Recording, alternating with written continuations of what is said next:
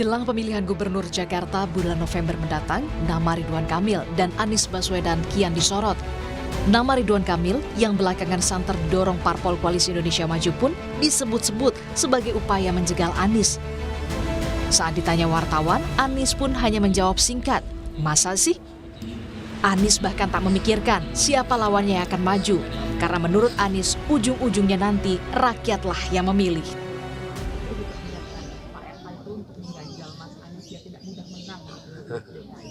Ya, masa sih? Saya lebih melihat pentingnya memikirkan nasib warga Jakarta daripada tentang siapa yang akan ikut kompetisi. Karena siapapun yang akan ikut, ujungnya rakyat harus memilih kok. Tapi pilihannya adalah bagaimana calon memikirkan tentang masa depan warga Jakarta.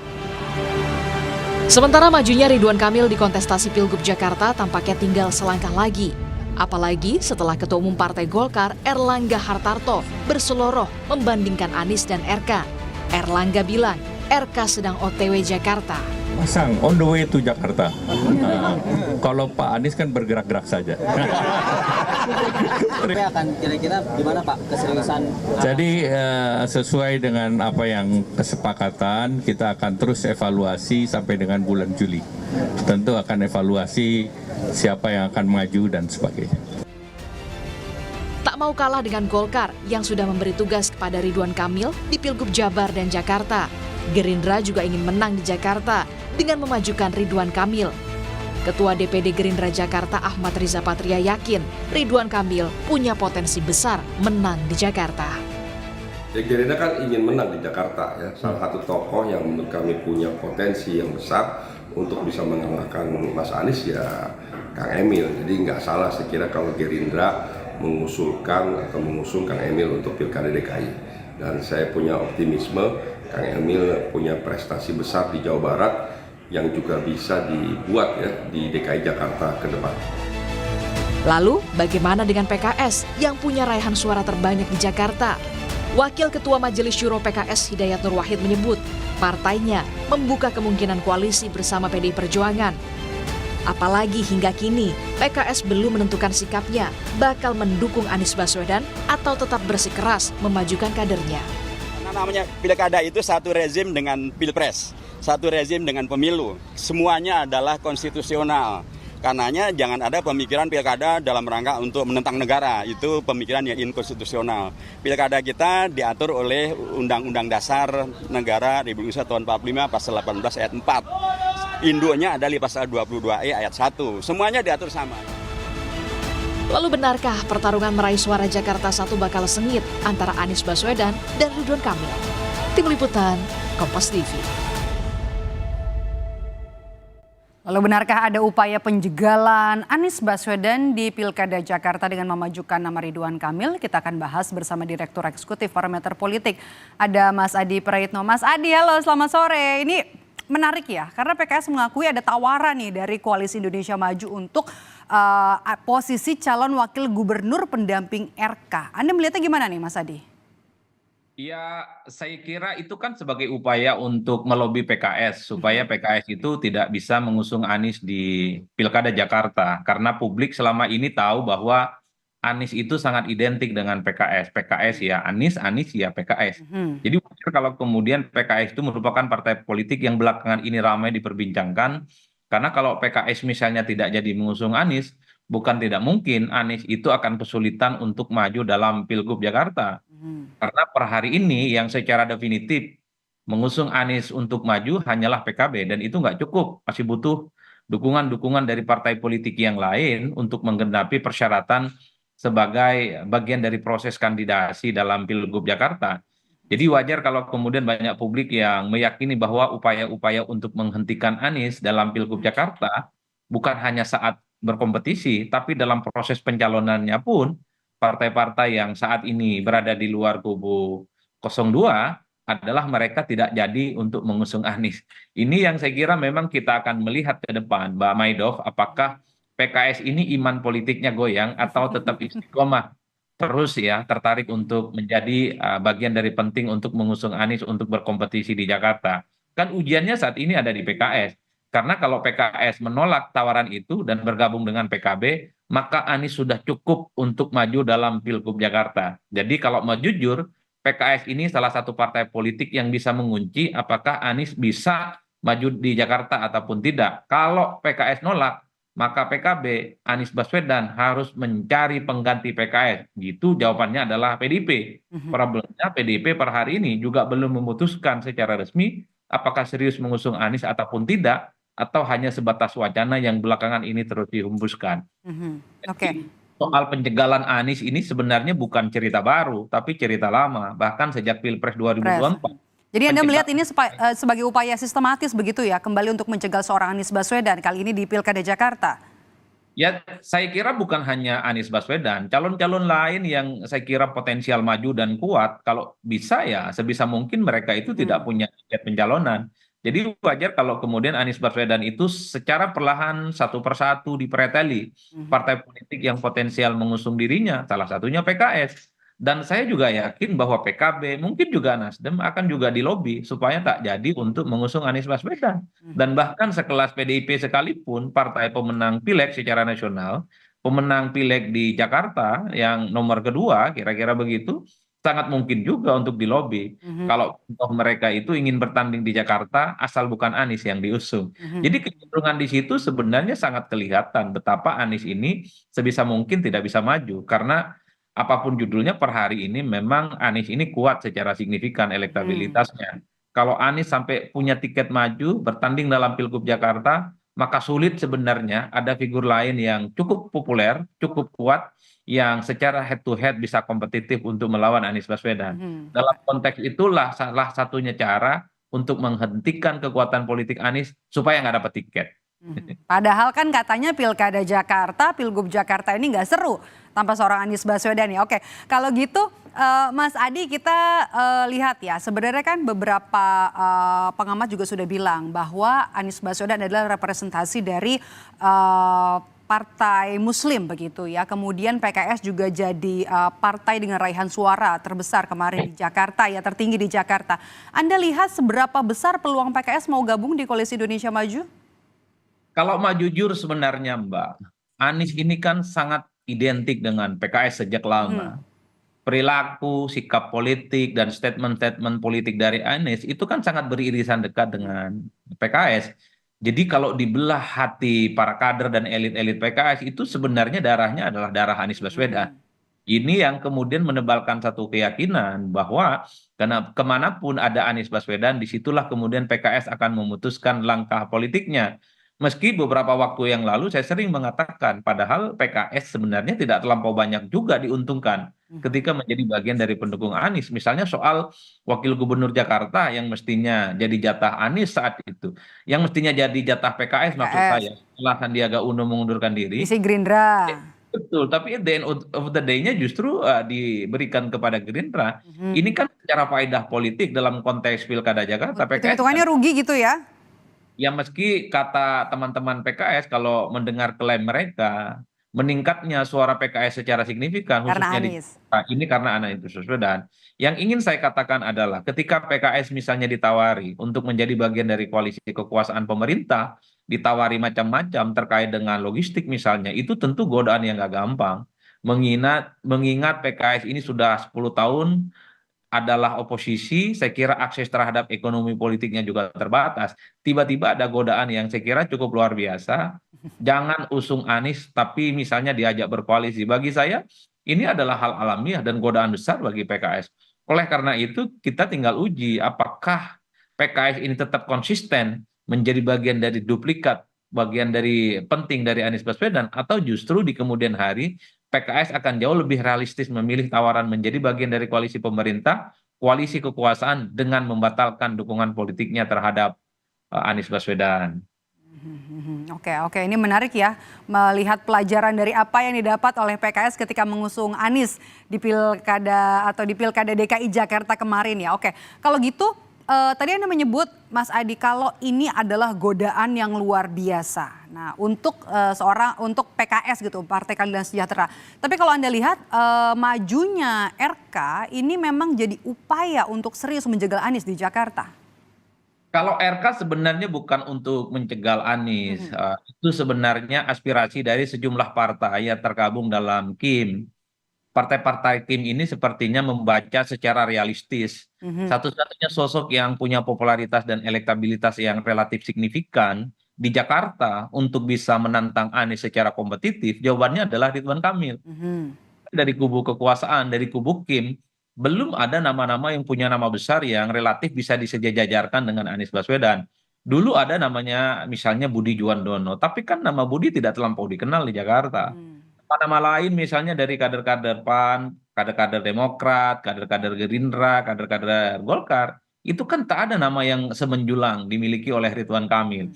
Jadi pilihan untuk menyebut Ridwan Kamil bertanding di Jakarta adalah sebagai upaya untuk memendung supaya kekuatan politik Anies itu bisa tertandingi oleh sosok yang namanya Ridwan Kamil. Cuman problemnya per hari ini kalau melihat gestur tubuh Ridwan Kamil, ada kecenderungan ingin memilih maju kembali di Jawa Barat. Begitupun dengan Golkar, yang saya kira jauh lebih realistis belakangan ini menyampaikan secara terbuka lebih punya keinginan memajukan Ridwan Kamil di Jawa Barat karena kalkulasi politiknya jauh lebih rasional, jauh lebih memungkinkan RK itu maju di Jawa Barat dan memenangkan pertarungan secara mudah. Beda ceritanya. Kalau RK di Jakarta, saya kira harus kerja keras meningkatkan popularitas dan elektabilitas dan tentu saja harus kerja keras untuk bisa menyaingi dan mengalahkan Anies Baswedan. Itu pun juga tak ada jaminan untuk menang dalam Pilkada Jakarta. Jadi inilah yang saya kira Kim saat ini sedang berpikir keras gitu ya, supaya ada nama-nama lain yang dipersiapkan untuk bisa menyaingi Anies Baswedan. Tentu di luar Ridwan Kamil yang kecenderungan lebih menolak maju di Jakarta. Ini yang saya kira akan kita lihat. Apakah nanti sampai pada akhir Agustus mulai muncul nama-nama yang relatif kompetitif, punya nama besar, yang dia sangat potensial bisa mengalahkan dan menyaingi Anies Baswedan. Kalau saya selalu mengatakan, Maidov, saya kira Mas Kaisang itu adalah sosok yang pas sebenarnya untuk menggantikan Ridwan Kamil maju Pilgub Jakarta menantang Anies Baswedan. Kenapa Kaisang? Saya kira Kaisang ini bukan hanya muda, bukan hanya ketua umum PSI, tapi Kaisang ini adalah menurut saya punya bonus politik sebagai anaknya presiden. Mhm. Jadi resource ini yang mestinya harus dimaksimalkan, dikapitalisasi sebagai upaya untuk melakukan kerja politik menandingi Anies Baswedan untuk bisa dikalahkan nanti dalam Pilkada tanggal 27 November 2024. Mhm. Ini Jadi opsi-opsi ini harus mulai dimunculkan karena Ridwan Kamil dan Golkar sepertinya agak menolak untuk maju di Jakarta. Saya berpikiran kalau Ridwan Kamil itu kemudian menolak, maka Kaisang adalah salah satu opsi untuk menggantikan Ridwan Kamil. Toh putusan MA sudah memperbolehkan umur 30 tahun saat pelantikan untuk bisa maju dalam Pilgub. Saya kira di situ konteksnya. Oke, oke. Kalau kita bahas soal peta koalisi, Mas Adi, Anda lihat koalisi di Pilpres kemarin akan terulang lagi di Pilkada Jakarta melihat sekarang ada PKS, kemudian juga Koalisi Indonesia Maju yang cukup besar meskipun belum semuanya resmi ya mengusung Ridwan Kamil di Pilkada Jakarta. Peta Pilpres mungkin akan terulang, terutama pada level partai-partai pendukung Jokowi, pendukung Prabowo dan Gibran, terutama Kim ya. Empat partai politik ini kan dalam berbagai kesempatan selalu mengatakan akan terus solid ya, konsisten untuk berkoalisi. Gerindra, Golkar, Demokrat, dan PAN. Mereka kemudian mengklaim di berbagai event-event politik elektoral Pilkada di 2024, mereka mengupayakan semaksimal mungkin akan tetap solid. Salah satunya di Jakarta. Jadi ketika memunculkan nama Ridwan Kamil, empat partai politik ini kan hampir melakukan komunikasi politik yang intens, meski ada beda pandangan. PAN dan Gerindra cenderung RK maju di Jakarta dan Golkar di Jawa Barat misalnya, saya kira ini komunikasi yang akan terus dijalin. Tapi pada level partai pendukung 1 dan 3, pendukungnya Amin dan Ganjar Mahfud relatif lebih cair.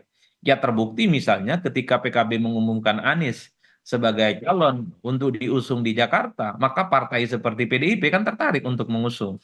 PDIP ini kan pendukung Ganjar dan Mahfud. Oleh karena itu, yang cair dan saling mungkin saling bertemu itu adalah pendukungnya Ganjar dan pendukungnya Anies Baswedan. Tapi pada level pendukungnya Prabowo Subianto dan Gibran, rasa-rasanya mereka terus berupaya untuk terus solid. Buktinya juga di Jawa Timur, Partai Kim itu solid mendukung Hopipa dan Emil Dardak untuk bertanding kembali. Ini kan menunjukkan betapa sebisa mungkin empat partai pendukung Prabowo dan Gibran ini Solid di beberapa pilkada ya. betul. Intinya di pilkada-pilkada kunci yang menjadi battleground persaingan politik selama ini, Partai Kim ini berupaya untuk solid. Yang tidak solid bagi saya adalah kemudian Partai 1 dan Partai 3 yang dalam hal bagi mereka melawan dominasi kekuasaan politik yang tergabung dalam Kim itu. Oke, Mas. Tak herankan kalau pun toh mau jujur partai seperti PDIP sebenarnya lebih dekat ke Kim, nasionalis, inklusif, terbuka Banding ke ketimbang PKS ya. Jadi Anda bisa melihat peluang koalisi PDIP PKS cukup besar atau justru kecil atau sulit? kalau melihat kecenderungan hari ini koalisi PKS dan PDIP, saya hakul yakin 85% itu sudah mulai terbangun. Kan komunikasi mereka sudah terjalin. Pertama misalnya PDIP dan PKS ini sama-sama merasa partai yang didolimi waktu Pilpres 2024. Mereka ini kemudian ada titik temu pada sosok Anies Baswedan yang dinilai punya pengalaman dan elektabilitas paling menjulang kan, dan potensial untuk memenangkan kembali dalam Pilgub Jakarta. Titik temu dan titik singgung kepentingan politik inilah yang sepertinya menghilangkan sekat-sekat ideologis, sekat-sekat konfrontasi antara kedua partai ini. Yang ingin saya katakan, Maidof, adalah pada level PDIP saat ini ada kecenderungan siapapun calon-calon yang diusung oleh kubu kekuasaan, kubu pemerintah, khususnya yang ada kaitannya dengan Pak Jokowi, pastinya PDIP akan melawan. Kenapa PDIP lebih condong ke Anies? Karena sangat mungkin kalau Ridwan Kamil maju Jakarta, wakilnya adalah Kaisang. Dalam konteks itulah kemudian PDIP pastinya akan berkoalisi dengan siapapun yang bisa melawan kekuatan politik Pak Jokowi.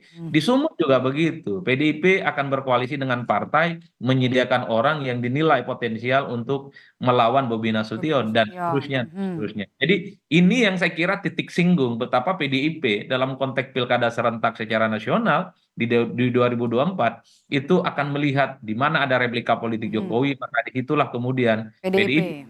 Jangankan dengan PKS, dengan siapapun PDIP itu akan lebih cair. Yang penting mereka itu bisa mengalahkan dan melawan kekuatan politik Jadi yang antitesanya Jokowi ya. Oke, kita bicara soal pendamping keduanya baik untuk Anies Baswedan, untuk Ridwan Kamil. Menurut analisa Anda nih Mas Adi, siapa yang paling berpeluang menjadi calon wakil gubernur untuk Anies dan RK? Karena kan beberapa partai pengusung untuk Anies Baswedan juga menyodorkan kadernya. Kalau misalnya dipasangkan, kira-kira nama siapa yang tentunya tidak menggerus elektabilitas dari keduanya, Anies maupun RK? Kalau RK sebenarnya butuh orang yang bisa menambal kelemahan dan kekurangannya pada level popularitas dan elektabilitas. Oleh karena itu, sosok salah satu yang sering dimunculkan belakangan ini adalah Kaisang. Karena Kaisang apapun judulnya adalah anak presiden, ketua umum PSI, belakangan menjadi spotlight pembicaraan.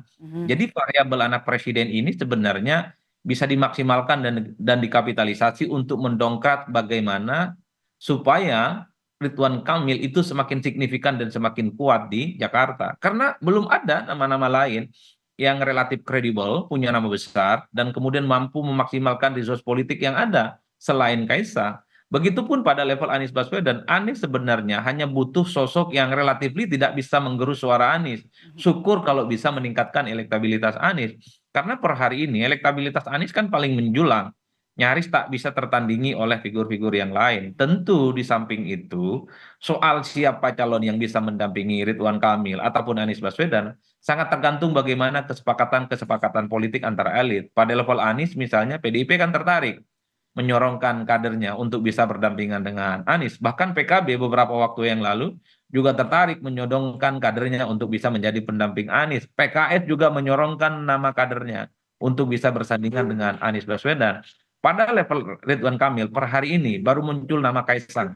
Karena Kaisang itu adalah sosok yang dinilai mampu mengkapitalisasi semua kemampuan politik para pendukung Pak Prabowo dan Gibran yang beberapa waktu yang lalu terbukti kuat di Jakarta. Dan ini sukses story-nya akan coba diulang ketika memajukan Ridwan Kamil, wakilnya adalah Kaisang, maka diharapkan bisa head to head secara kompetitif melawan kekuatan politik Anies Baswedan. Baik, terima kasih ulasannya. Kita masih nanti sebenarnya dinamikanya seperti apa, karena semakin mendekati pendaftaran semakin hangat. Dua nama ini adalah Anies Baswedan dan juga Ridwan Kamil semakin kuat untuk nanti maju dalam bursa pemilihan Gubernur Jakarta. Terima kasih Direktur Eksekutif Parameter Politik sudah bergabung bersama kami, Mas Adi. Sehat selalu, Mas Adi.